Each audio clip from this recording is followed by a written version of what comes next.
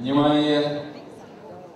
Глава Чеченской Республики, Герой России Рамзан Ахматович Кадыров.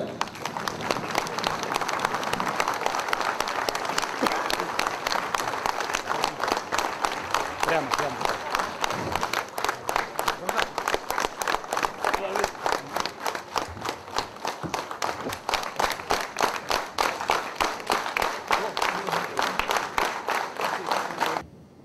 С позволения главы Чеченской Республики Рамзана Ахматовича Кадырова я начинаю работу нашей конференции. Сегодня у нас на повестке дня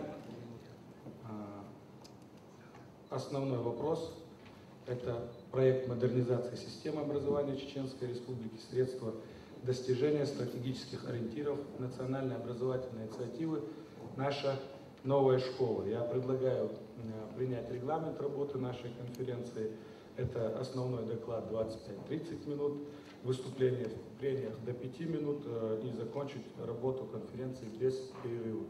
Кто за данную повестку дня, прошу проголосовать. Против, воздержавшись, единогласно. Первый вопрос нашей конференции – это мой отчетный, так скажем, доклад за прошлый год и перспективы и основные больные вопросы, проблемы предстоит нам решать в этом году. Мы, прежде чем сюда шли, чуть-чуть секрет открою, был запланирован доклад первой главы Чеченской Республики Рамзана Ахматовича Кадырова, но нас сегодня послушают и потом уже свое мнение выскажут. Мы тогда, с вашего позволения, начнем работу.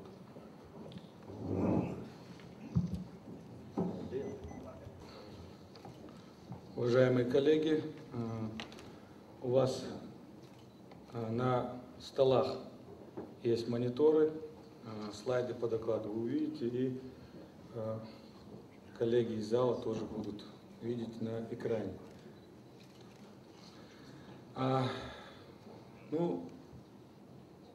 Не открою, ни для кого не будет новостью, что мы с вами сегодня находимся в преддверии нашего с вами основного праздника педагогического 1 сентября, поэтому хочу вас всех поздравить с наступающим Новым годом.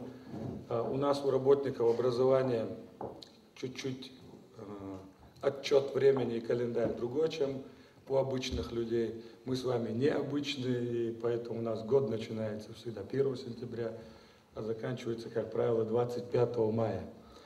Поэтому я вас хочу поздравить с новым учебным годом. В этом году порог школ пересечет 218 тысяч учащихся, более 218 тысяч.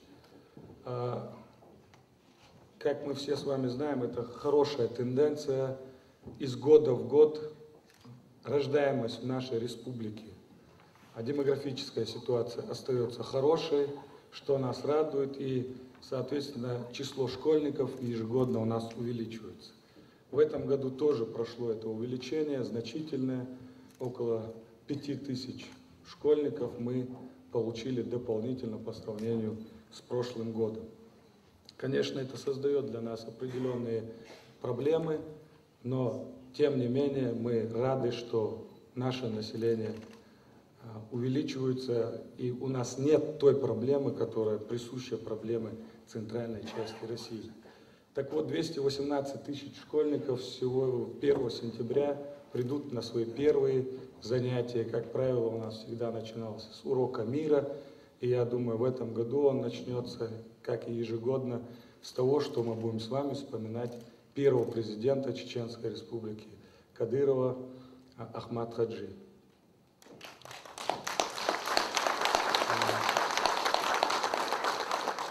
Восемь лет назад, давайте вспомним те времена, когда он говорил, что будут такие школы, как сейчас, что будет вот такой актовый зал, что будут больницы, что будут восстановлены города. Ну, мы все как-то с улыбкой относились, а более старшие думали вообще, ну, зная, какое у нас состояние, какие блокпосты, какая тяжелая ситуация, он пытался, многие думали, пытался успокоить народ. Но на самом деле с каждым годом мы понимаем, что те слова, которые он нам говорил, были пророческими на самом деле. За 8 лет, что мы придем к этому этапу, никто из нас с вами не верил. Но это произошло. Произошло это благодаря и работе, и тому, что продолжил его дело Рамзан Ахматович Кадыров. Вы здесь присутствуете, и, пользуясь случаем, от лица всей педагогической общественности Чеченской Республики, я хочу выразить вам особую благодарность за то внимание в деле восстановления и становления образования Чеченской Республики.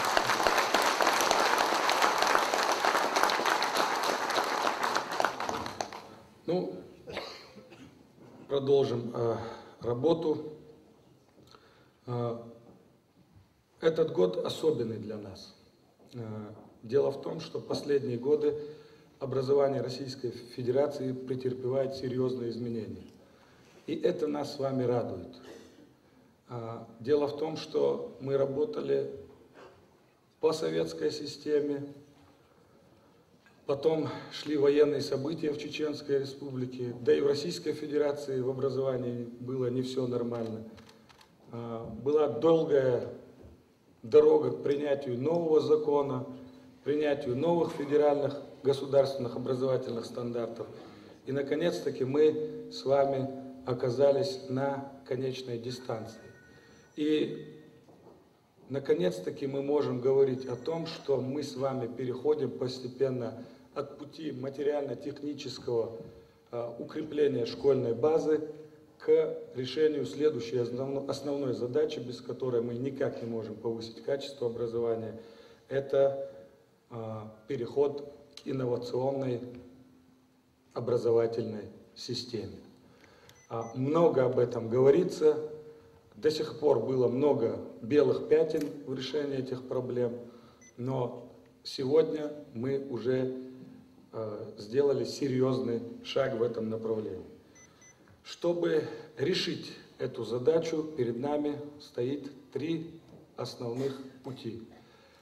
Первый путь, без которого дальнейший шаг невозможен, и мы это все с вами знаем, это развитие кадрового потенциала в образовательной среде. Это ни для кого не секрет.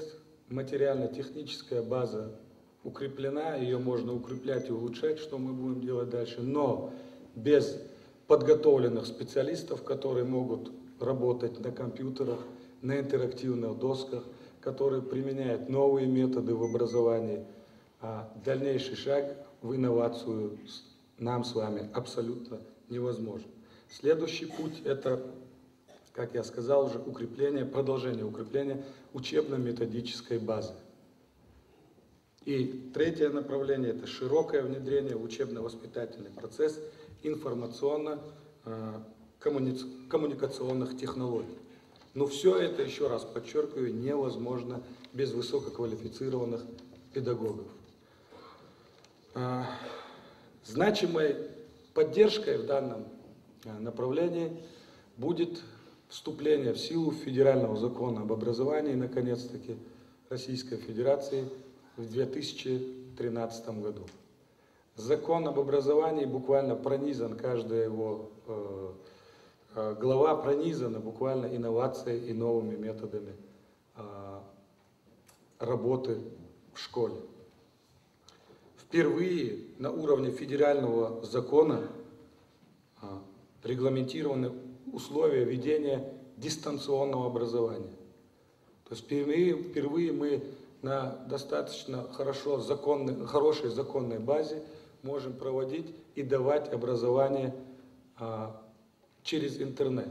Но там тоже свои вопросы, мы должны следить за качеством этого образования, чтобы оно тоже не превращалось у нас, как в свое время, в работу филиалов, которые мы искоренили в Чеченской Республике. Новой отличительной чертой нынешнего этапа развития образования является новое поколение государственных образовательных стандартов. Тоже они вступают в силу, график представлен поэтапный. Это тоже является серьезным подспорьем для учителей. Если мы раньше с вами не знали, что делать и как делать, по какому пути идти, то государственные образовательные стандарты раскрывают нам основные алгоритмы решения наших задач, основных задач. Основной базой для решения этих проблем и улучшения качества образования является национальная инициатива «Наша новая школа», комплекс мер по модернизации образования не только Чеченской Республики, но и Российской Федерации в целом. Фундаментом для этого роста служил национальный проект образования, который шел в предыдущие годы, и также в развитии дальнейшем будут служить федеральные программы, такие как «Доступная среда» и ряд региональных программ.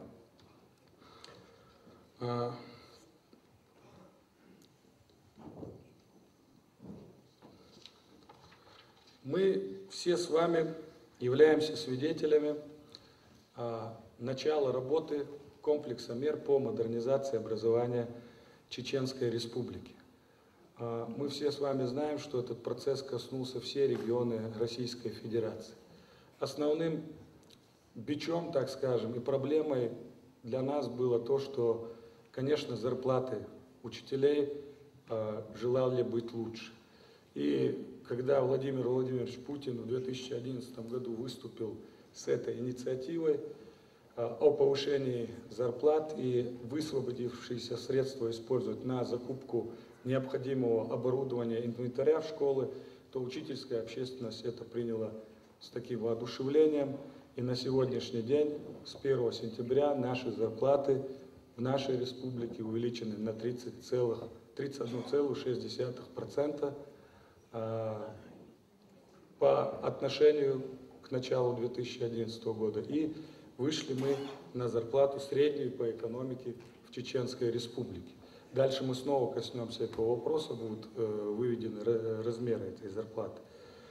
Действительно, это является серьезным подспорьем в решении очень больших и серьезных проблем, которые возникали в образовании не только Российской Федерации, но и Чеченской Республики. Мониторинг материально-технических условий организации образовательного процесса, а также стиля работы учителей, их отношение к работе показал, что наши методы, наше оборудование, все это устарело, и мы должны сделать очень серьезный шаг вперед. 2011 год показал, когда мы приобрели интерактивные доски, компьютеры, начали поставлять в школы, и вот прошлый год мы мониторили, я выезжал, мои коллеги выезжали. Было обидно, когда мы видели школу, где интерактивная доска. Да, ее повесили, честно ее повесили, но в большинстве случаев она была даже не подсоединена к розетке, а были случаи, когда маркер, которым это основной указка к доске, да, основной механизм действия, он был приклеен заводским скотчем к этой доске, что говорило о том, что и в течение полугодия этой доской не пользовались. Такие случаи мы будем пресекать в этом году. Буквально с начала года, дальше тоже по докладу я цифру озвучу, у нас поступает дополнительно еще оборудование. Оборудование мы простаивать оборудованию не дадим. Я вернусь к этой теме, дальше продолжу по докладу. В большинстве случаев были проблемы с тем, что учителя не могут пользоваться этим оборудованием. И многие учителя пожилого возраста стеснялись сказать, что они не знают. И признать это. Вот чтобы таких случаев у нас не возникало, мы и раньше над этим работали. В в текущем году запланирована подготовка, переподготовка 2500 учителей и 1500 учителей начальной школы к работе с новыми федеральными государственными стандартами и работе с новым оборудованием. То есть, затратив столько денег, и чтобы оборудование у нас простаивало, это такой роскоши мы себе позволить не можем. Много внимания в республике уделяется созданию школьной инфраструктуры. За последние годы в нашей республике по различным программам и за счет привлеченных средств удалось построить свыше 100 школ на 31 468 мест. Восстановить и капитально отремонтировать 287 школ. Сегодня получили возможность обучаться в отремонтированных школах 180 тысяч учащихся. Обеспечили 435 школ видеонаблюдением из 443 и пожарным оборудованием все школы. Благодаря денежным средствам, выделенным в 2011 и 2012 годах в рамках реализации комплекса мер по модернизации образования Чеченской Республики, школы оснащены системами сигнала передачи о пожаре, установлено видеонаблюдение в 65 школах, произведена противопожарная обработка деревянных конструкций в 250 школах. Значительная работа проведена Министерством по закупке учебно-производственного оборудования. Действительно сделан очень серьезный и большой шаг вперед. Закуплено 255 различных кабинетов: химия, биология, физика, иностранный язык. В прошлом году и 115, точнее в этом году 115 кабинетов в прошлом году. Это треть от того, что у нас уже было закуплено. Мы все с вами знаем, мы, не дожидаясь комплекса мер, очень серьезно взялись в последние годы за укрепление физических, химических, биологических лабораторий. И в этом плане у нас, конечно, была ситуация уже лучше, чем по всей Российской Федерации. Сейчас обеспеченность по основным предметам в школах составляет 45%. Это не предел, мы все-таки в ближайшее время доведем это до 100%. Но здесь снова тот же вопрос: оборудование можно поставить, но на нем надо работать. Если оно у нас заперто в лабораториях, то никакого смысла в приобретенном оборудовании нет. И в этом году будут приниматься очень серьезные и жесткие меры по нарушению.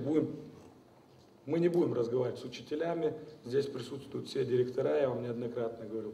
Будет решаться вопрос о соответствии занимаемой должности директором, потому что контроль за работой учителя лежит на плечах в основном директора школы. В 2011-2012 году, благодаря комплексу мер, мы впервые закупили оборудование для кабинетов технологий. Мы все помним с вами хорошо времена Советского Союза, когда уроку труда уделялось очень большое внимание, потому что тогда знали, что рабочий класс – это основная часть населения. И основные рабочие, так скажем, руки, основные навыки закладывались в школах, после которых дети уходили в профтехучилище, а потом пополняли ряды строителей и других отраслей, именно те отрасли, где нужны сварщики, трактористы, сельское хозяйство, то есть где нужны были рабочие руки. У нас был серьезный пробел в этом направлении, но благодаря комплексу мер мы в этом году уже закупили 153 кабинета технологий, и обеспеченность у нас составила с 0% до 25%. В следующем году мы тоже продолжим этот этап, и я еще раз говорю, это очень важное направление для нас, потому что мы все с вами знаем и Глава не раз республики Рамзан Ахматович поднимает на всевозможных совещаниях вопрос о том, что, да, мы говорим, безработица большая, но в то же время многие люди не идут работать на именно те специальности, которые я перечислил. И во многом случае не идут, потому что не умеют, и у них нет этих навыков. То есть эта задача тоже перед нами стоит. Вклад провести здесь директора училищ и техникумов присутствует. То есть мы должны подготовить хорошие, квалифицированные кадры для отрасли строительства, промышленности, сельского хозяйства и так далее. Все для этого у нас необходимое уже есть. Большую роль сыграл комплекс мер в обеспечении образования нашего компьютерной техникой. Мы помним, с чего вы начинали, да? С компьютеров, которые были прошлого века, так скажем, и были устаревшие. Сегодня мы вышли на очень такой серьезный, солидный задел. Обеспеченность у нас компьютерами практически 70%. В следующем году мы эту нехватку полностью, я думаю, покроем и сделаем действительно новый качественный шаг вперед. Но, снова но, главное, чтобы на них работали и они использовались. Век компьютера очень недолгий, мы все с вами знаем. И из него надо максимально выжать пользу, чтобы дети на нем обучились и завтра полностью предоставили, были подготовлены уже работе на данной технике. У нас есть случаи, когда директора, считая это серьезной материальной ценностью, держат закрытые кабинеты. Надо их использовать. А есть случаи, как мы вчера обсуждали на секции, я спрашиваю у педагогов, интерактивные доски работают? Говорят, работают в школе. Интернет хоть одной школе к доске проведен? Все молчат, они даже не знали, что можно интернет подать, тот же компьютер. То есть возможность этой интерактивной доски сразу наполовину срезается. Вот в этом году мы будем проверять, подключены или нет. То есть надо уже прекращать работать по указке, а самим проявлять инициативу и наблюдать за этими серьезными моментами. Серьезный шаг у нас сделан, пропустил я момент, в комплектации наших спортивных залов инвентарем. Укомплектованность наших залов вышла на 60% по республике.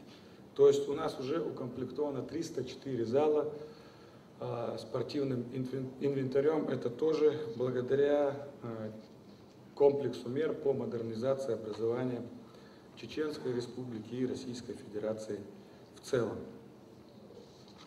Следующий серьезный момент, который являлся серьезной проблемой, до которого нам наши руки не доходили, и мы его считали не столь важным, это организация школьного питания и оборудования в столовых. За последние 3 года мы оборудовали 335 школ столовым оборудованием. Там, где нету столовых, есть буфеты, тоже оборудование закупается. И мы вышли на 76% обеспеченности школ, пищеблоков обеспеченности оборудованием. В 2012 году также закуплено медицинское оборудование для всех медицинских кабинетов в наших школах.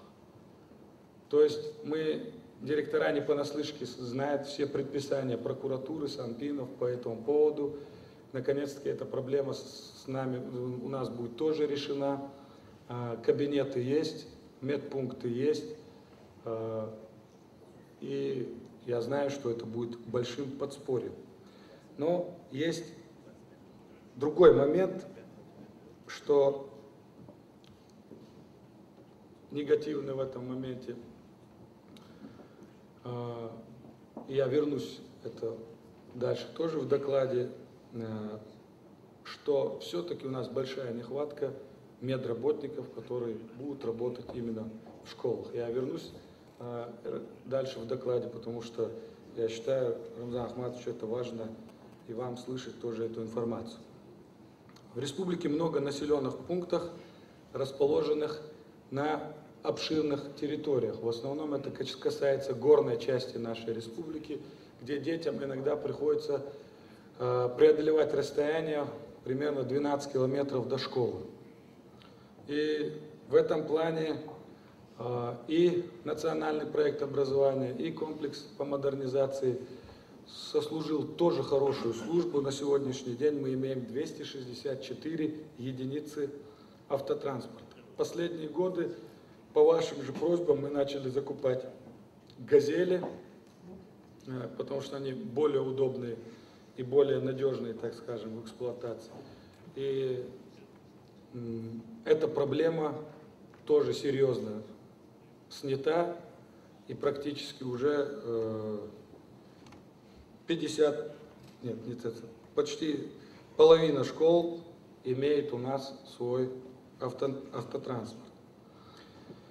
Серьезное внимание уделили мы последние годы пополнению фонда нашего библиотек. Какое образование может быть без книги? Ну, книг у нас, конечно, тоже катастрофически не хватало, и в этом году мы с вами придем на работу с очень радостной вестью.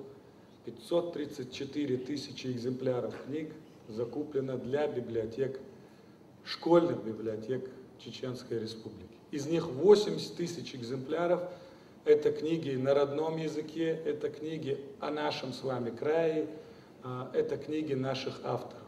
Мы подняли даже те рукописи, которые давно пылились на полках, прошли все согласования, но не было средств на их издание. То есть все авторы получили возможность опубликоваться, и эта литература придет в школу. Еще немаловажный фактор, что впервые за все это время, за 20 с лишним лет, в школьных библиотеках появятся учебники для социально необеспеченной части населения.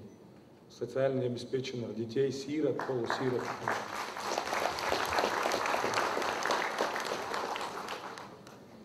Это на самом деле это была установка, этот вопрос всегда поднимался на всех встречах, и когда жители Рамзана Ахматовича задавали этот вопрос, эта установка была нам дана, и вот мы наконец-таки с гордостью можем сказать, Рамзан Ахматович, что этот шаг у нас сделан, но просьба такая, не просьба, а указание, мы этот момент тоже будем проверять, чтобы эти учебники давались в пользование именно детям, которые должны эти учебники получать.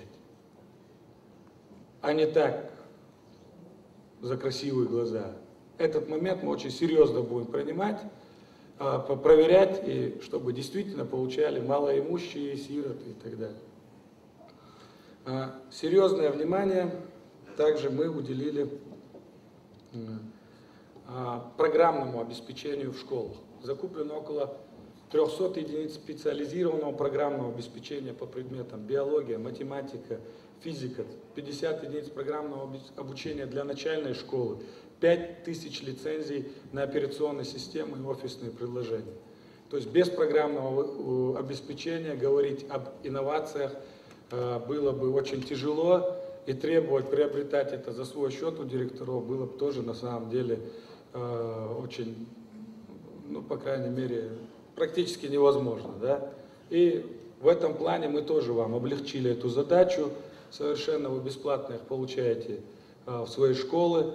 Вы знаете, по лицензированным операционным системам у нас тоже возникали проблемы с силовыми структурами. Этот вопрос у нас очень серьезно решен на данном этапе.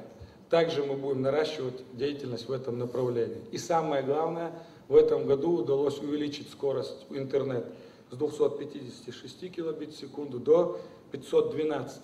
И это не предел, в следующем году все-таки мы планируем перейти, еще в 2 раза увеличить эту скорость. То есть мы мониторили ситуацию, все-таки интернет, мы считаем до сих пор, скорость неудовлетворительна для школ. Я думаю, вы все со мной согласитесь. Комплекс мер на 2012 год предусматривает дальнейшее расширение возможности обучающих получить образование в виде дистанционного образования. Я всегда это говорю, предметом особой гордости у нас является Центр дистанционного обучения инвалидов. Вы в вестибюле все это видели прекрасно. 230 это был проект, 2 года назад мы его начали. И я сейчас с гордостью могу сказать, что мы одни из лучших в Российской Федерации по исполнению данного проекта. Одно из лучших зданий. На открытии присутствовал тогда еще министр Фурсенко. Одно из лучших зданий, один из лучших центров. Но это было бы все зря, если бы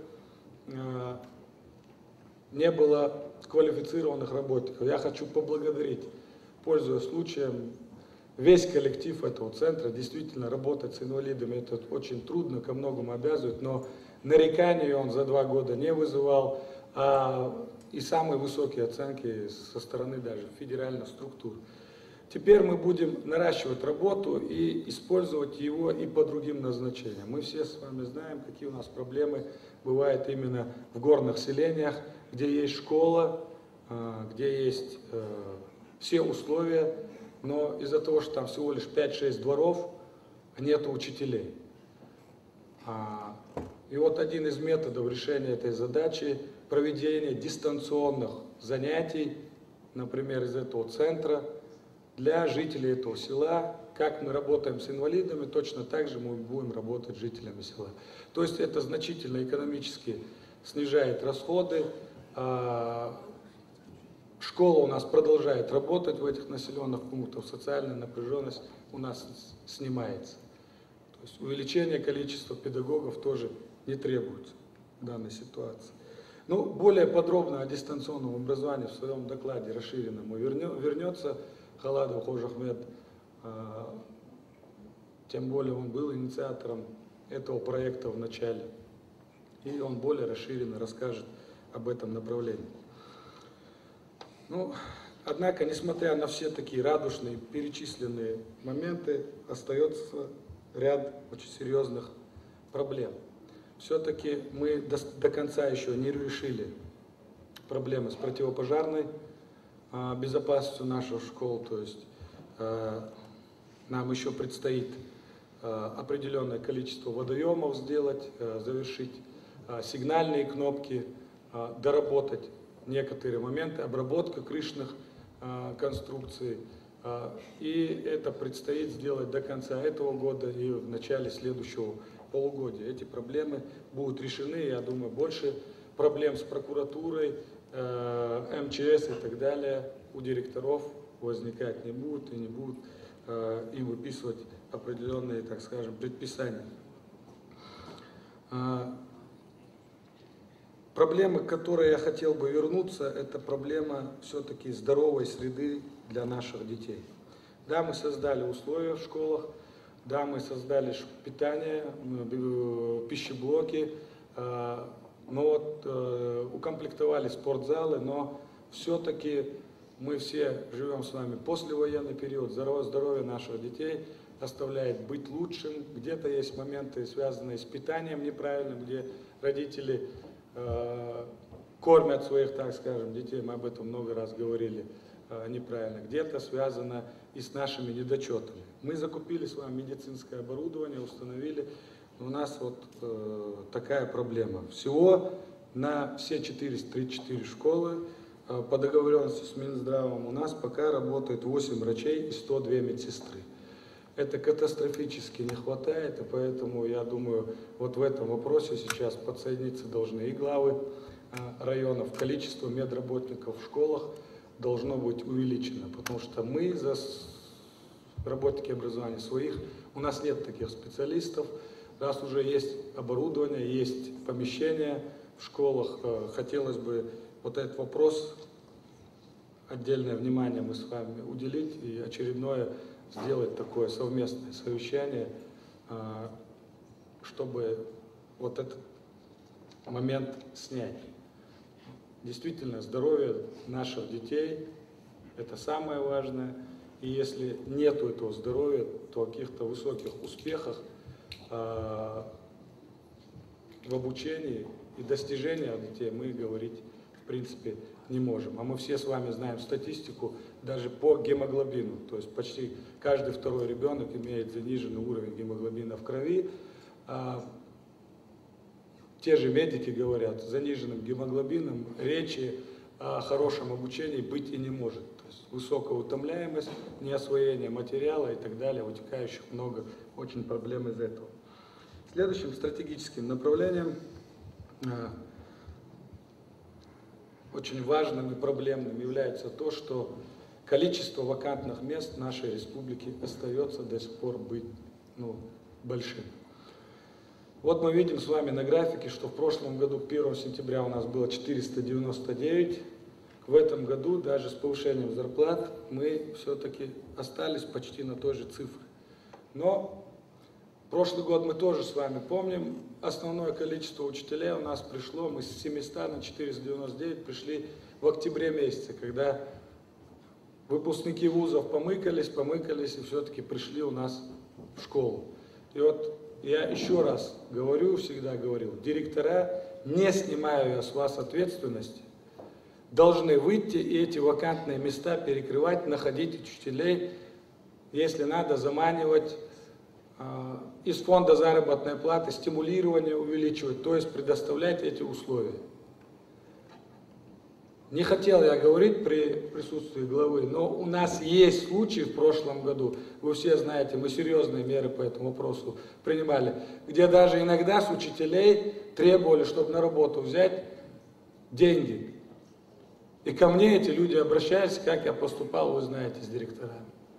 Вот если такой случай будет даже по слухам в этом году, сразу можете освобождать свое рабочее место. Мы с главами районов всегда найдем понимание и общий язык. Поэтому вакантных мест не должно быть. В горных районах, как я уже сказал, где нету этих учителей, вы пишете заявку, мы будем в течение года уже организовывать дистанционное образование. Чтобы не было, когда ученик идет на физику сдавать ЕГЭ, а у него физики не было вообще. Он не может получить какую-то оценку, потому что у него не было занятий. То есть, все-таки, я не перелагаю в себя ответственности, но директор – это менеджер, как я всегда говорю, он должен выйти и эти вакантные места, сходить в пединститут, в педучилище, в педколледж, посмотреть их выпуск, проверить, кто из его района, из его населенного пункта. Если надо, пойти домой и попросить, чтобы он вышел работать в школу. То есть, вот эта работа должна проводиться. Отсюда вытекающий следующий момент. У нас большое в районах республики ранжирование. Оно было и при Советском Союзе, к сожалению, сейчас остается. У нас есть так называемые в народе хорошие школы, куда весь населенный пункт хочет отдать своего ребенка. И есть нехорошие школы. Вот сигнал для нас этот есть уже, мы свои предложения главам районов отправим. Оценку деятельности директора уже можно делать по вот этому народному анализу, так скажем. Вот 2 года назад в городе Грозном была самая престижная школа, гимназия имени Ахмад-Хаджи Кадырова в районе Динамо. Все помним. Чтобы туда ребенка отдать, Рамзан Ахматович, мне больше звонили, чем чтобы куда-то поступил человек в 1 класс. Да, теперь мы 2 года назад сделали 12-ю гимназию в Октябрьском районе и президентский лицей, школами полного дня. То есть мы здесь делаем детей, они весь день занимаются, это был эксперимент, и мы отбираем даже в 1 класс, экзамен сдает ребенок. Сейчас у меня телефон разрывался последние 2 недели, все хотели, чтобы дети именно учились здесь. Хотя набор у нас проходил в апреле месяце. По телевидению, радио. Когда мы оставляем детей на 2-й год здесь, у нас возмущение, как это так, я вот такой-сякой, бош, телефон шаять, директор бьеху мил бош, да, директор бьеху мила, шебер мудалу что-то в школе. Наш директор требовательный. И вот это создает социальную напряженность. Поэтому, чтобы не было социальной напряженности, у нас должно быть в каждом районе. Мы знаем ситуацию по Ачхой-Мартану в одной из школ прошлый год. Знаем ситуацию по гимназии номер 5 в Урус-Мартане. Знаем ситуацию в городе Гудермесе по гимназии. Знаем ситуацию в Грозном. То есть в каждом районе есть какая-то своя престижная школа. Так вот, у меня предложение главам, пусть будет эта школа не одна, а половина. Хотя бы на первом этапе. Тогда у родителей не будет сомнений, куда отдавать школу. Он смело отдаст в ту или иную. Значит, надо посмотреть вопрос компетентности тех или иных директоров. То есть мы поменяли здесь директора. Поменялось отношение и родителей к школе. Выводы. Вывод налицо. Мы все работаем с вами, у нас благополучатели родители, их дети, поэтому мы должны, самое основное для нас проверяющий, самая для нас основная комиссия, это учащиеся их родители. Они дают оценку нашей работе. Поэтому больше надо привлекать к нашей работе общественность, общественные советы, всевозможные общественные организации, партию «Единая Россия», они должны участвовать в работе школы, должны даже участвовать в распределении стимулирующей части для учителей. Во многих районах стимулирующая часть, которая должна была уходить лучшим учителям, чтобы на них равнялись, была распределена поровну. Понимаете? Это не ведет к улучшению качества образования.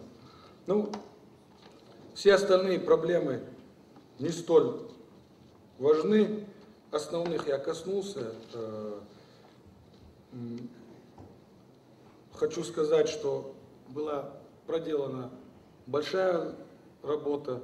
Снова выведена у нас зарплата. Я говорил, вернусь к этому. С 1 сентября действительно средняя зарплата у нас по республике 13 200 рублей. Это 2010 год 8300. Это серьезное повышение. И теперь закон закрепляет, что всегда зарплата учителя должна, средняя зарплата учителей должна быть приравнена к средней зарплате учителей, средней зарплате по экономике. То есть мы все время будем, растет средняя зарплата по экономике, автоматически зарплата учителей всегда должна подниматься. Наконец-таки вот этот статус уже закреплен законодательно. Проводили мы очень много конкурсов и с талантливой молодежью. Наверное, как в нашей республике, в других регионах их и нету. Это и шаг в будущее, интеллектуальная игра, умники и умницы, лагерь, фестиваль среди начальных классов, конкурс «Башня знаний», 4 знатока, «Я познаю ислам», чеченский язык, День призывника, ратные страницы истории России, жизнь без наркотиков, мы за здоровый образ жизни, подари себе жизнь и так далее. По итогам многих олимпиад, здесь ректора присутствуют, эти дети были зачислены без конкурса в наши высшие учебные заведения. Это тоже предмет нашей гордости. В рамках приоритетного национального проекта образования в этом году получили денежные поощрения 18 представителей талантливой молодежи в размере по 30 тысяч рублей. Уважаемые коллеги, завершая свой доклад, хочу вас поздравить с наступающим новым еще раз учебным годом, пожелать плодотворной работы. Учительский хлеб – это нелегкий хлеб, но если мы, повторяю, буквально 10 лет назад шли в школу с совершенно другими надеждами, то в этом году мы идем в отремонтированные школы с хорошим оборудованием, с хорошим увеличением зарплаты. И тех проблем, которые 10 лет назад у нас были, для нас сейчас кажутся совершенно каким-то неземными. Что осталось от нас? Работать, работать и еще раз работать. Спасибо за внимание. Успехов в работе. Слово предоставляется помощнику главы Чеченской Республики Льве Мухаддиновичу Нагаеву. Салам алейкум, дедикадуэль Маша Должевич. Сказать о том, что в Чеченской Республике плане воспитания являются приоритетными, что все время самые высокие требования, и что обращает большое внимание, мы с чертями Российской области, Российскую Федерацию по образованию, я знаю много. Ни в одном области, ни в одном субъекте такое материальное положение образования, как у нас, нигде нет, и вы это знаете. За это создаются, как вы говорите, строятся новые школы, создаются все, кабинет, оборудовано, все есть. Это все положительно хорошо. И хотел бы даже сказать, что у нас единственная республика, где до сих пор учителю выделяют квартиры. Вот последние 2 года более 10 квартир в городе Грозном выделено. Около 200 участков, земельных участков выделено учителям сельской местности. То есть внимание уделяется учителям. Также создаются все условия, Анзор Ахмедович сказал, по зарплате, что все делается.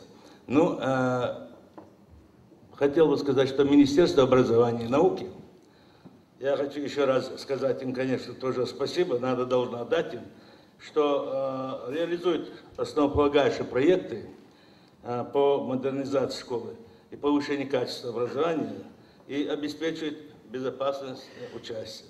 Делается все. За короткий срок, я сказал, республика. Я хочу один пример привести. Здесь присутствует, я думаю, процентов, если не больше, 20% людей, которые в первой гимназии, это, как говорил Анзор Ахмедович, около Динамо стадион.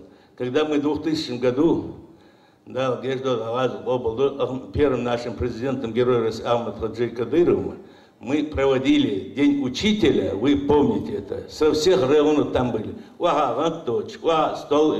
Чудо, Меткиоч, вы деньги не ставим, мы в школе того, мечаж, это ясно, все видно. Но я хотел бы остановиться вот на что. В основном у нас, я Рамзан Ахмадовичу докладывал, и хотел бы сказать несколько, на мой взгляд, мы думаем, что недостатки, какие у нас школы. В первую очередь, у нас создает всю работу, все держится на учителе. Какие бы компьютеры не были, какие бы учебные классы не были, от учителя зависит все. Поэтому создание учителя. Учитель как должен у нас? Вот у нас есть пединститут, есть 2 педколледжа. И напрашивается вопрос, если ни один выпускник пединститута, педколледжев не доходит до школы, нужны ли нам такие учебные заведения? И Министерство образования и науки, надо подумать, может быть, переименовать, переобразовать, но учителя не доходят, это выпускники в школу не идут. А для этого что надо сделать? Во-первых, здесь сидят директора школы, сидят зав. Районов. Надо профессиональную работу на учительскую профессию проводить эффективно. То есть подбирать еще со школ детей, работать с ними, готовить их для поступления в педвузы, педколледжи, и чтобы они действительно потом вернулись и из них были учителя. То есть подбирать, они случайные люди, что попадают. Эта работа не проводится у нас, должна проводиться. Второе. Должны тесную связь иметь отделы народного образования и вузы, и СУЗы. Они должны даже вплоть до того, что договоры составляют, поступать, что они вернутся в школу. Это тоже мы обговаривали с министром, это будет делаться, надо сделать. То есть, если не будет у нас учитель, действительно современный учитель, побольше нам надо приобретать учителей молодых воспитывать, которые действительно амбициозно будут работать, хотят работать. Вот.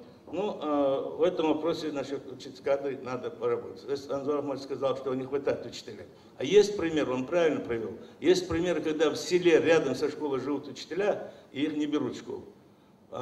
Я не знаю, пока... А потом говорят, у нас не хватает учителей, по 2 нагрузки дают. А вы знаете, что такое 2 нагрузки дать учителю, что за работа, вы знаете. Это не качество, не обучение. Поэтому и не будет никаких знаний. Вы юрт аддигник гоник шугар должен, что дал это больше целого сейчас, что от имени главы, от имени республики, руководства Баркалбо дала недостаточно, а я готов. Баркалбо. Формирование нового учителя предоставляется Мержоевой Луизе Хизрильевне, директору СОЖ село Бамут, Ачуя Мартановского района. Доклад, мой доклад на тему формирования нового учителя. Дорогие коллеги, уважаемые гости, любой человек, начинающий свой профессиональный путь, испытывает затруднения и проблемы отсутствия необходимого опыта. Становление учителя происходит труднее, сложнее, чем у представителей другой профессии, потому что педагогическое образование не гарантирует успех начинающему учителю. Чтобы стать учителем, недостаточно аудиторных программных знаний. Нужны синтез научных знаний, методического мастерства и личных качеств педагога, умелое владение педагогической техникой и передовыми педагогическими достижениями. Кроме того, учительское мастерство во многом надо передавать от педагога к ученику. Первое место работы. Возможно, чувствуется неуверенность, дискомфорт, все новое, социальная роль, новые взаимоотношения с людьми, новая личностная ситуация, ответственность за качество своей работы, результат которой ожидают учителя, ученики, родители. Сегодня в школах нужны молодые, инициативные, творческие учителя, готовые работать по-новому. Для этого предстоит резко повысить планку отбора абитуриентов, поступающих на педагогические специальности, выявлять не только уровень их подготовки, но и профессиональную пригодность по многим параметрам, а также мотивированность к учительскому труду. Нужны и стимулы, привлекающие в эту сферу лучшую молодежь. Насколько интересный и разносторонний слушатель школы, настолько разнообразна программа ее работы. Это не только лекции и семинары, а и развлекательные мероприятия, экскурсии, конкурсы и так далее. Это доверительные взаимоотношения между молодыми и опытными учителями. Возможность проявить свои творческие способности, поделиться секретами педагогического мастерства. Это теоретические и практические занятия по психологии, педагогике, тренинги, тесты, открытые уроки, выставки педагогических находок. Поэтому необходимо обеспечение непрерывного процесса становления молодого учителя, формирование мотивации, самосовершенствования у начинающего учителя. В школах нашего Чумартановского района во главе с руководителем отдела образования и главой администрации района накоплен богатый, позитивный опыт в работе с молодыми специалистами. Прежде всего, мы их красиво встречаем. В общении с молодыми администрация и опытные учителя выясняют их увлечения, желания, интересы. Стараемся понять, какой помощи потребуется каждому и как рациональнее использовать их способности. В прошлом учебном году были приняты и работают 98 молодых специалистов. Среди них есть молодые специалисты из соседней республики. Это мы считаем одним из плюсов нашей работы. Задача каждого руководителя, каждого опытного учителя направить деятельность этих специалистов, помочь им в профессиональном становлении, поддерживая морально, психологически и оказывая им необходимую методическую помощь. Необходимо усилить работу по организации посещения и анализа уроков этой категории учителей. Новые требования к качеству образования требуют от учителя мобильности, умения перестраиваться, желания осваивать современные, интересные для детей методы и приемы обучения, новых подходов к воспитанию, к взаимодействию с родителями. К сожалению, налицо старение кадров, инертность и нежелание некоторых педагогов что-либо менять в сложившихся традиционных подходах к преподаванию. В период адаптации молодого специалиста ведется определенная направленная работа, а именно первым шагом в адаптации является знакомство учителя с методическим материалом по предмету, библиотекой, учебными кабинетами. Психологи знакомят начинающих с классными коллективами, которые им предстоит работать, дают характеристику классам, отдельным ученикам. Заместители директора знакомы со структурой, планами, расписанием и графиком учебной, методической, воспитательной работы в школе, документацией, основными требованиями по ее ведению. Итогом проводимой работы с молодыми специалистами района является активное участие их в конкурсах знаний, здоровья, профессионального роста, успехов. Пусть будут мечты, желания, планы и, конечно, их реализация и исполнение. Дорогие коллеги, педагоги, зажигайте новые звезды.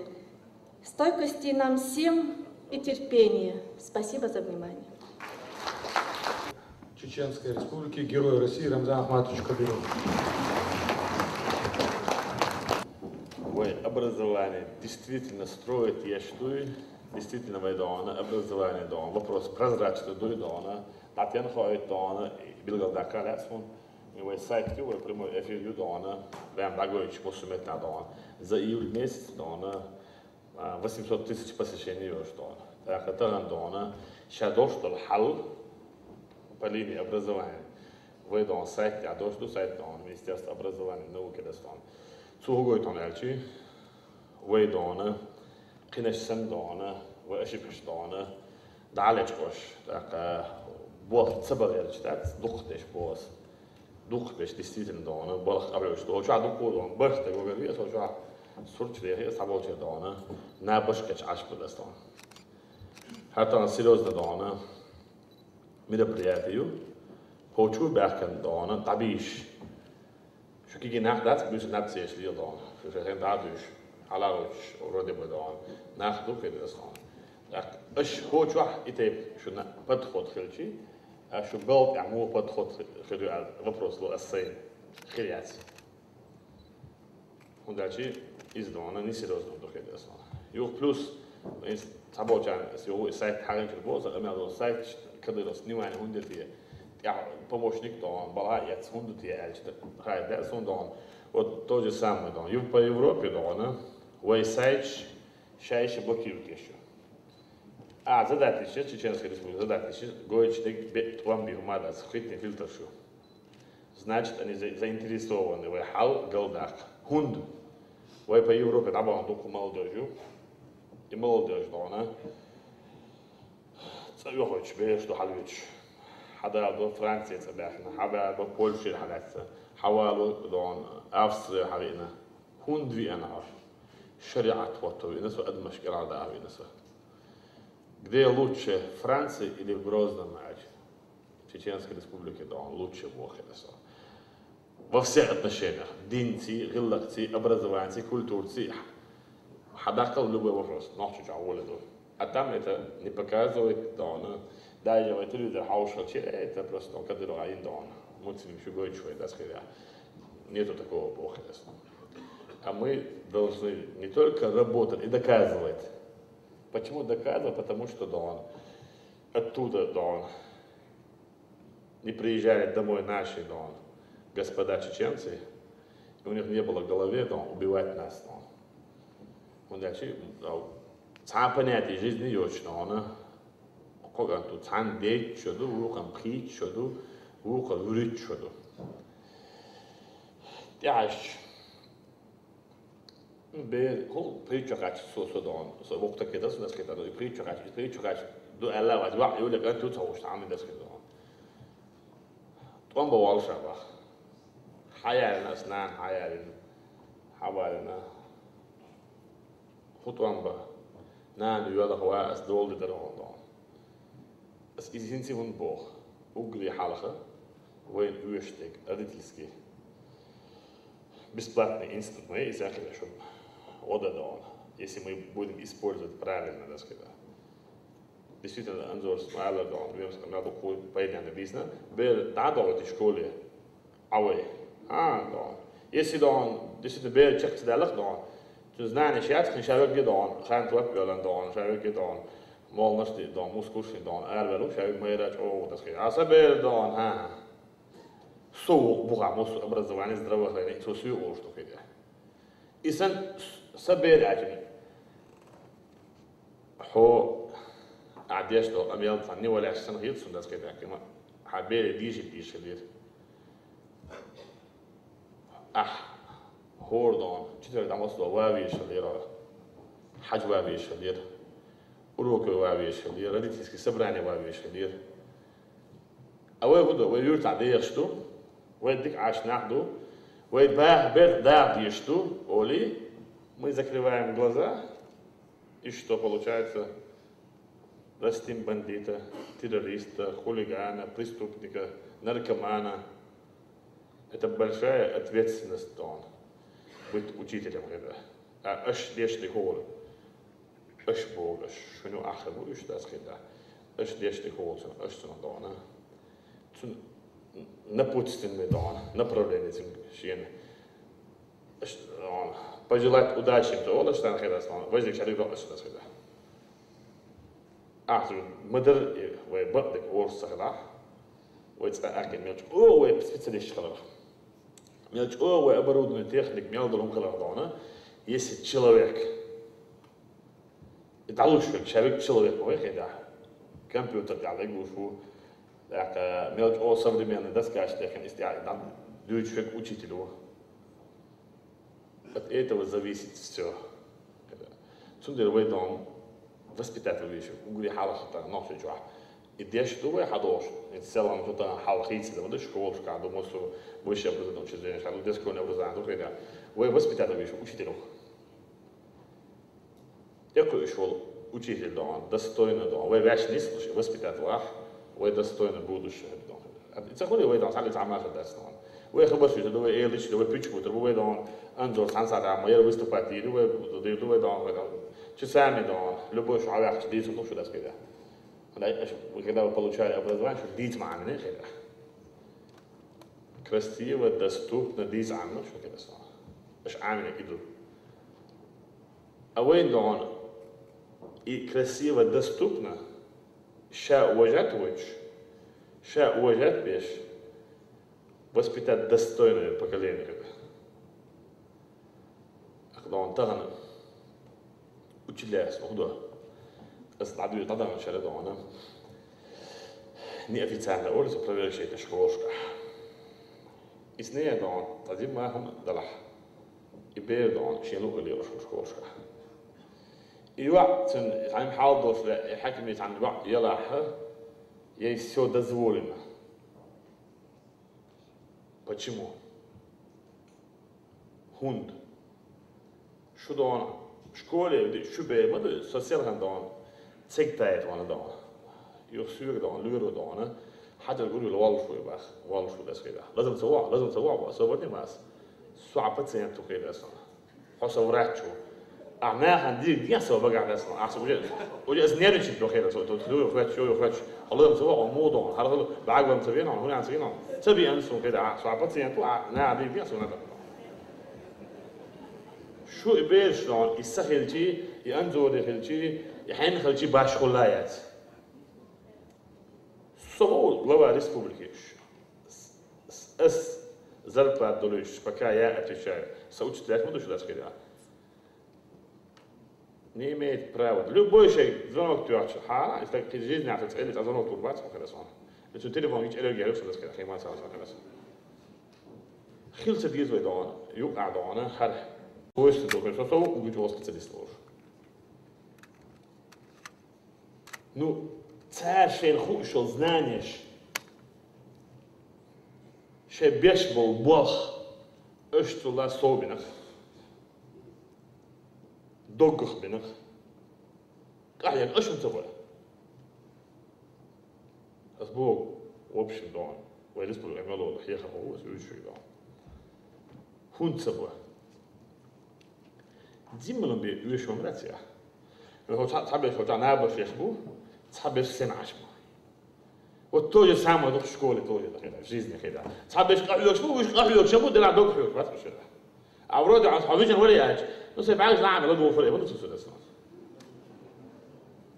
نشوف بعالج نعم بالبابا سودا سنا. Если вы трудились открытыми глазами когда, смотрели по-другому на жизнь когда, и у вас совсем другие были взгляды. Ну да, أنظر شيء شو ضوء يعني باخي بس يعني خدشوا رجعت كده والله دون صديقنا الدنيا هو سون زندوز تلع استكر ما الدنيا ده اسنو تكيت وغير استكسنو استنت الباب استكر ما بس تبعش دين بس دو ما تلو سون شو دو دام ما تلع وده شو مركع أقري لير من نحته شون شاش ليل ده يتخحر أو شو بيحمي له ده والله بيحلو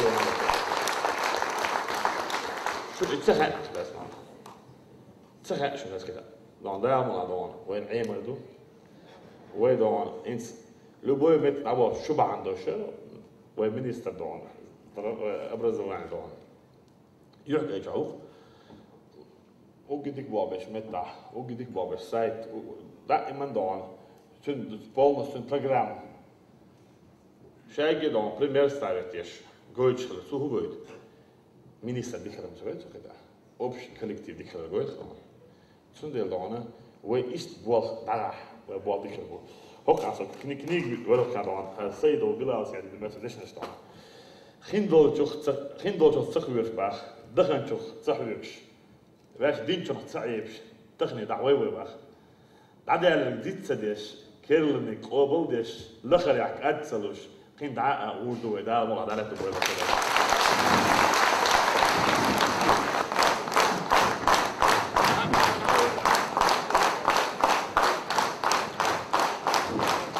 Двухминутный перерыв.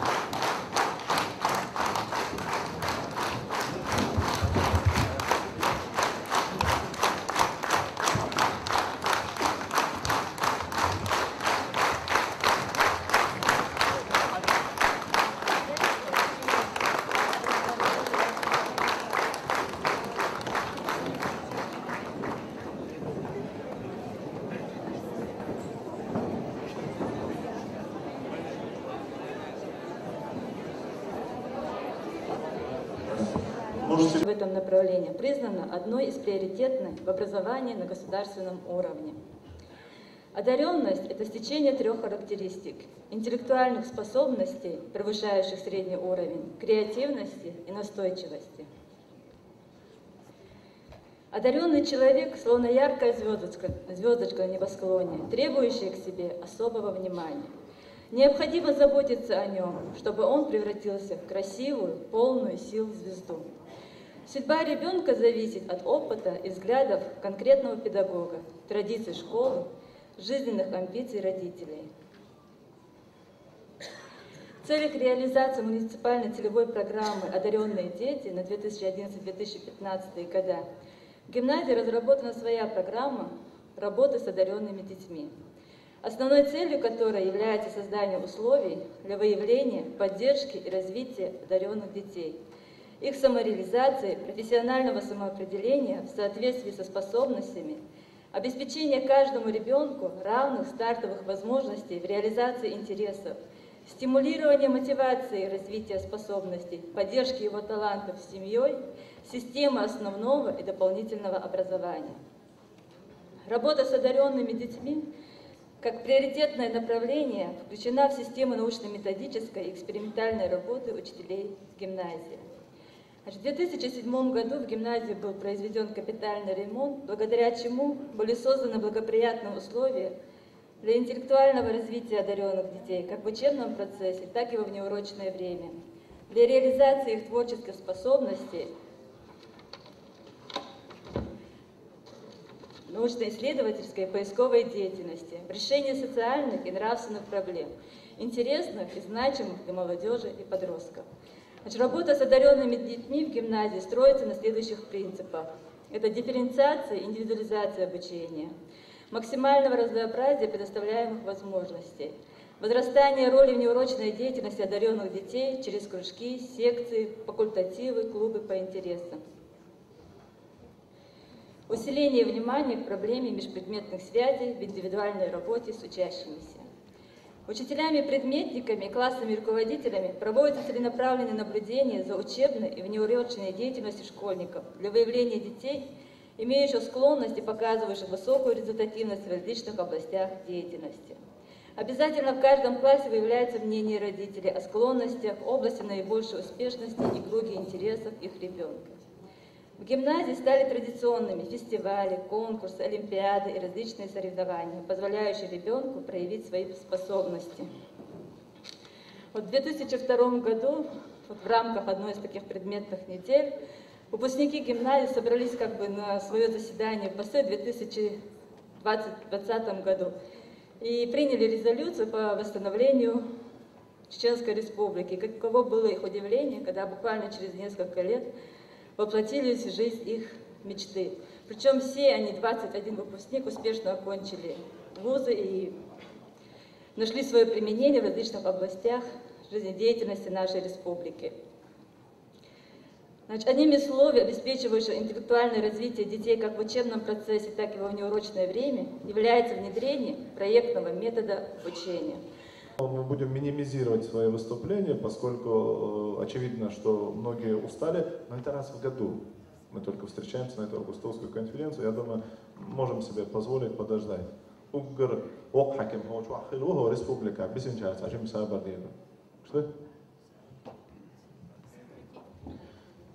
Уважаемые коллеги, слово для выступления на тему создания единой информационно-образовательной среды как одно из направлений модернизации общего образования Чеченской Республики предоставляется Халадову, первому заместителю министра образования и науки Чеченской Республики. Спасибо. Информатизация образования является одним из важнейших направлений модернизации образовательной системы. Человеческая цивилизация еще несколько десятков лет назад перешагнула из постиндустриальной информационную эпоху. Во всех сферах человеческой деятельности возросла роль информационных процессов, увеличилась потребность в информации, в средствах для ее производства, обработки, хранения и использования. Информация стала такой же категорией, как время, энергия или материя. Чеченская Республика, в частности региональная система образования, в силу обстоятельств оказалась на периферии информационной революции. К началу тысячелетия отсутствовали не только компьютерные классы, но и помещения для их развертывания. Отсутствовали квалифицированные преподаватели информатики. Возвращаясь к сегодняшнему дню, нужно признать, что большую часть этих проблем удалось решить. Каждое образовательное учреждение подключено к сети интернет, и в большинстве школ есть компьютерные классы. Создана инфраструктура для дальнейшего внедрения информационных технологий в образовательный процесс. Сегодня перед нами стоит задача обучить работников системы образования не только правильной или максимально эффективной эксплуатации этой инфраструктуры, но и использованию сетевых технологий в своей повседневной жизни. Интернет должен стать неотъемлемой частью работы и досуга педагога. Первые шаги к решению этой задачи были положены в 2007 году, когда в сети начал функционировать официальный сайт Министерства образования и науки Чеченской Республики www.mon95.ru. За 5 лет ведомству удалось построить не просто ресурс, соответствующий требованиям, предъявляемым к информационно-корпоративным сайтам, но и применить передовые подходы к формату подачи информации, систематизируя и актуализируя его в зависимости от изменения информационных потребностей основных целевых аудиторий. Сегодня вместе с колоссальным проникновением всемирной сети во все аспекты жизни, информатизация образования, ростом скоростей приема и передачи данных, возникновением социальных сетей, микроблогов и видеохостингов, перед нами встает необходимость дальнейшего развития. Эволюция от официально-корпоративного подхода к социально-коммуникационному и информационно-образовательному. На наших глазах благодаря сети интернет стираются барьеры для полноценного обучения, получения специальности, поиска работы и многого другого. Мы сегодня в мастер-классах пытались вместе с детьми-инвалидами вам примерно показать, о чем примерно идет речь. Поэтому мы, работники системы образования, понимая всю ключевую роль формирования будущего человеческого капитала, не имеем права отставать от общемировых тенденций. Мы должны выпускать из школы учащихся, готовых не к сегодняшнему дню, а к завтрашнему. Для этого мы сами должны жить будущим. Наши педагоги должны на своем примере показывать учащимся преимущества использования современных сетевых технологий. Должны использовать опыт, знания и наработки своих коллег из других регионов и стран. Знать и предлагать инструментарий, сервисы, различные источники информации в сети интернет для самостоятельного обучения учащихся. Считаем недопустимым то, что учреждения профессионального образования педагогической направленности выпускает специалистов, не владеющих в должной степени информационно-коммуникационными технологиями. У нас было тут вчера в докладе другое выражение, считаем преступным, да, но мы пока поменяли его на недопустимым. Это к вопросу к двум педколледжам и пединституту. Педагогам-предметникам, начинающим осваивать просторы всемирной сети, а к таким относится большая часть нашего сообщества, необходимо создать своеобразную систему навигации в интернете через составление каталогов ссылок на веб-ресурсы. Учителю необходимо предоставлять актуальную информацию о востребованных по каждой предметной области интернет-сайтах, существующих сетевых сообществах педагогов-предметников, планируемых вебинарах, интернет-лекциях и хранилищах аудиовизуальных материалов для использования на уроках. С этой задачей прекрасно справится республиканский образовательный портал, на базе которого педагоги смогут организовываться в сообщество по интересам. Педагог должен понимать, что он уже не является для учащегося единственным источником информации. Его роль сегодня заключается в том, чтобы стать наставником в поиске и осмыслении информации, в постановке задач и организации времени. Руководители образовательных учреждений должны требовать от учителя не только знания компьютера на уровне открыть Word и напечатать документ, и умение искать информацию в сети, но и требуют широкого использования цифрового наглядного материала на своих уроках. Директор школы, который не умеет пользоваться персональным компьютером, является рудиментом в образовательном организме. Образовательная система находится в постоянном движении, и если кто-то не поспевает сходить с дистанции, то такому руководителю учреждения нужно самостоятельно переучиваться, не ждать, пока его за руку поведут на курсы повышения квалификации. А даже если после этого не будет изменений, просто можно его перевести на какую-нибудь другую должность. Были у кого-то когда-то заслуги, достижения, все это осталось в прошлом, система образования движется вперед. В этом вопросе не нужно сделать скидки ни на что. Мы знаем массу примеров, когда руководители образовательных учреждений, находясь уже в солидном возрасте, знают о сетевых технологиях намного больше своих молодых коллег. Во многом, учитывая вышеуказанные тенденции, а также стремясь расширить пространство для общения, обучения, совместной деятельности педагогов, учащихся, административного персонала, органов управления образованием и общественности, предлагается проект создания единой информационно-образовательной среды. Основными составляющими этой среды на первоначальном этапе станут официальный сайт Министерства образования и науки Чеченской Республики, есть, да? Портал общего образования Чеченской Республики, первая версия уже функционирует. Портал начального и среднего профессионального образования, запуск планируется в октябре этого года. Портал «Религия для детей», планируется запуск в ноябре этого года. Портал поддержки единого государственного экзамена. Портал дистанционного образования, тоже планируется его запуск. Канал образования на видеопортале YouTube с широким спектром образовательных передач, подготавливаемых опытными педагогами. Собственно, вы уже сегодня видели, что работает, все нормально. Таким образом, к началу 2013 года все образовательные учреждения региона будут собраны на специализированных виртуальных площадках. Следующим этапом по мере роста компонентов среды станет создание системы технической и контентной поддержки, основа которой должен составить Республиканский информационно-аналитический центр. Сейчас хотелось бы остановиться на сайте поподробнее Министерства образования и науки Чеченской Республики.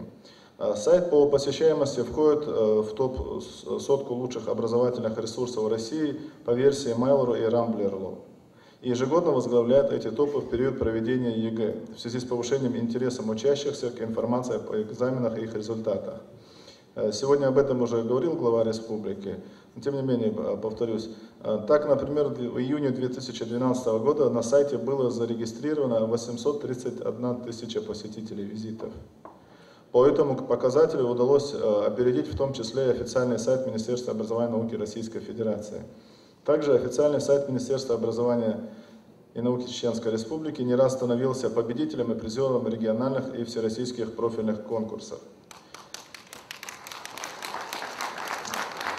Интернет. За несколько лет силами разработчиков был создан уникальный функционал сайта. Интерактивная система рассмотрения обращения граждан. Раздел «Вопросы и ответы». Вопросы и ответы. Позволяет любому посетителю оставить вопрос, видеть, на какой стадии находится рассмотрение вопроса, видеть исполнителя. Каждый начальник отдела имеет собственный доступ к странице и самостоятельно отвечает, и его контактные данные. Посетитель также может оценить ответ с помощью кнопок «Помог», «Не помог». Система данная не имеет аналогов в республике. Более того, скажу, лично проверяю, контролирую этот раздел «Вопросы и ответы». Если ответ бывает просрочен, то у нас бывает очень такой приятный диалог с коллегами. Вот, он очень интересный, пожалуйста, можете воспользоваться. Интерактивный калькулятор заработной платы педагога. Позволяет в несколько кликов педагогу вывести собственную заработную плату с учетом стажа работы, нагрузки и должностных обязанностей. Также не имеет аналога в России. Единственное, там нету начисления стимулирующей части, но базовая часть здесь есть. Действительно, сайт не имеет аналогов. Если возникают проблемы у ваших бухгалтеров, они могут зайти там посмотреть. Вот. Система допуска выпускников к результатам ЕГЭ. Для каждого выпускника создан личный кабинет, паролем является, насколько я помню, его паспортные данные, в котором опубликованы результаты экзамена в форме ЕГЭ и дан подробный разбор ошибок. Система рассылки новостей и документов. Каждый день свыше 1400 адресатов получают на электронную почту бюллетень с документами, новостями и статьями, загруженные на сайт за последние сутки, что делает бюллетень одним из самых тиражируемых СМИ в республике. То есть 1400 подписчиков у нас есть на сайте, вы сами можете своей электронной почты туда прописать, и вам тоже будут уходить рассылки всего нового, что происходит на нашем сайте. Полнофункциональные мини-порталы на сайте по актуальным темам, новые образовательные стандарты и комплексы мер по модернизации образования. Автоматический перевод сайта на английский, немецкий, французский и арабский языки. Строгая каталогизация контентов в соответствии с направлениями деятельности министерства. Вот у меня сейчас под рукой нету, но вот в деятельности, если не трудно, зайди, пожалуйста, на аттестацию педработников. Есть. Зайди в тесты.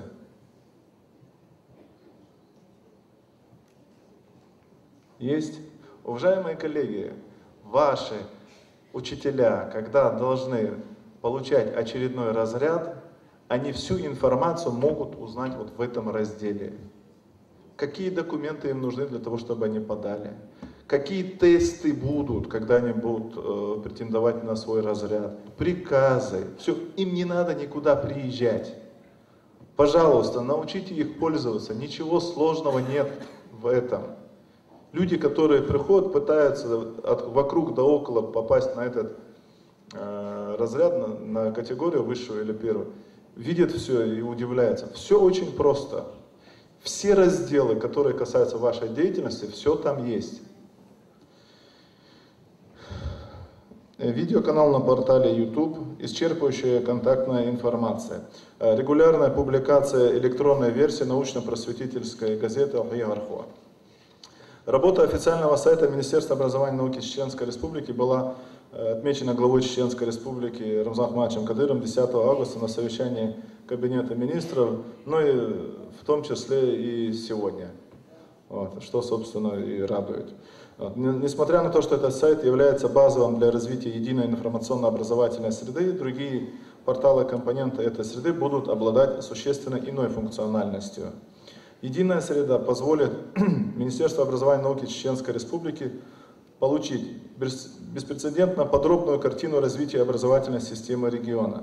Среди его возможностей будут коллекции материалов для педагогов и учащихся, социальная сеть для педагогов, видеотрансляции семинаров, тренингов и мастер-классов, разноуровневая бально-рейтинговая система на основе активности отдельных учреждений и пользователей на портале, блоги для руководителей и педагогов, интерактивные конкурсы, электронные портфолио учащихся и многое другое. Информационно-образовательная среда создается для эффективного управления образовательным процессом, для взаимодействия с научной и педагогической общественностью, внешними партнерами как в республике, так и за ее пределами. Особое внимание будет уделено развитию внутренних коммуникаций между педагогами школ. На школьном портале будет реализована возможность создания виртуальных методических объединений и сообществ по интересам и предметам, что само по себе должно подвергнуть существенным изменениям деятельность районных методических служб. Уважаемые директора и заведующие районов, о новых возможностях как раз таки для ваших метод объединения, потом просьба обратить особое внимание, потому что это, как правило, метода объединения больной вопрос, и новые наработки можно использовать, это будет очень полезно. Их работа станет общедоступной и прозрачной, благодаря чему повысится качество и уровень работы метод-кабинетов с педагогами. Отдельная система рейтинга будет пронизывать активность школ, активность каждого руководителя учреждения и педагога на портале. Каждый вид рейтинга будет суммироваться в общую цифру, которая будет присваиваться школе. А рейтинги школ, в свою очередь, будут суммироваться в рейтинг муниципального района. Для создания равных условий для районов с различным количеством учреждений рейтинг районов будет рассчитываться системой пропорционально количеству школ и учащихся. Список районов и школ будет доступен на главной странице портала и ранжирован по мере убывания.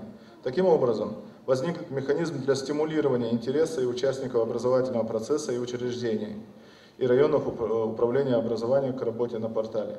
Каждый документ на школьном сайте, каждый пост директора и педагога в собственных блогах, каждый из комментариев, каждая публикация, каждый загруженный урок – все это будет оцениваться и влиять на конечный рейтинг образовательного учреждения и района в целом. Образовательные порталы станут эффективной структурой для продвижения современных информационных технологий в образовании. Они будут способны обеспечить единство информационной среды на технологическом уровне, без которого невозможна целостность среды на содержательном уровне. Спасибо за внимание, коллеги. Итак, мы можем продолжить нашу работу. Слово для выступления на тему «Современная инфраструктура школы». Школа предоставляется Улыбаевой Розе Бакаловне, директору Новосолгушинской школы. Пожалуйста. Раздела необходимости создания современной школьной инфраструктуры. Специфичным должно быть не только содержание образования на каждой ступени обучения, но и особым образом должна быть обустроена среда. Облик школ как по форме, так и по содержанию должен значительно измениться. Мы должны получить реальную отдачу, должны создать условия, чтобы учиться было и увлекательно, и интересно. Она должна стать центром не только обязательного образования, но и самоподготовки, занятий творчеством и спортом. Я являюсь руководителем одной сельской школы, которая обучается 456 учащихся, 22 комплекта класса. Что же сделано в направлении развития современной школы инфраструктуры в нашем селе Новая Салкуша Наурского района? Подвижки в этом направлении мы имеем. Для начала мы определили, что новая школа – это современная инфраструктура, центр взаимодействия как с родителями и местным сообществом, так и учреждениями культуры, здравоохранения, спорта, досуга, другими организациями социальной сферы. В жизни нашей школы за последние годы произошли знаменательные радостные события. Участвуя в приоритетном национальном проекте образования, школа стала победителем конкурса общеобразовательных учреждений, внедряющих инновационные образовательные технологии. Это позволило нам совершенствовать материально-техническую базу школы. По инициативе президента Чеченской Республики, ныне главы Чеченской Республики Рамзана Ахмадовича, в 2009 году проведен капитальный ремонт основного учебного корпуса. Мы оказались в числе восстановленных 142 школ в республике. Из ветхого старого здания 1962 года постройки школа превратилась в хорошее, безопасное и комфортное для проведения занятий школьное здание. Поэтому коллектив школы прилагает все усилия, чтобы старания главы республики нашли непосредственное отражение на каждом уроке, творчество, созидание.